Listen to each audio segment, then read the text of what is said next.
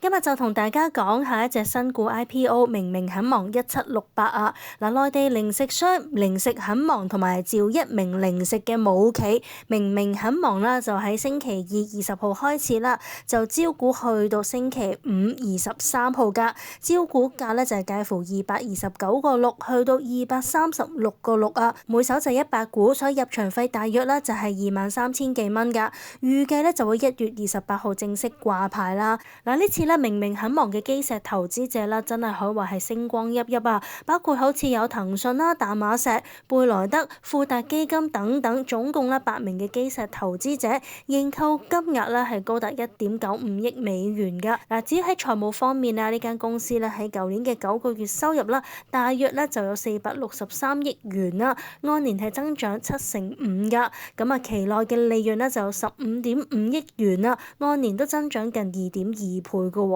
坊間呢就將明明很忙啦，稱佢為零食界嘅蜜雪啦，因為咧佢係有向加盟商銷售商品啦，同埋加盟服務費嘅商業模式，咁所以咧就同蜜雪咧有啲類似噶。回顧翻蜜雪啦，同埋咧近年嘅毛哥平啦，仲有老鋪黃金呢啲咧近年登陸港股嘅零售股啦，上市之後啦都大幅升咗2倍以上噶。總括嚟講啦，明明很忙嘅基石投資者陣容強大啊，基本面都好好，營業額啦同埋盈利啦，同樣都係處於增長嘅勢頭，再加上近期新股嘅表現都唔錯啊。不過可惜嘅咧就係自從舊年啦新股改制之後啦，就冇咗嗰個回撥機制啦，咁導致呢個貨源咧就極度歸邊啦，主要啦都係以機構投資者中籤為主啦，推算公開發售嘅咧大概咧只係有7000幾手嘅啫，咁所以散戶嘅中籤率啦可以話係難度極大噶，咁所以大家咧都可以自行考慮啦，係咪諗住入飛去到碰下運氣啦？如果大家都中意我呢類型嘅影片，就記得撳 like 同埋 subscribe，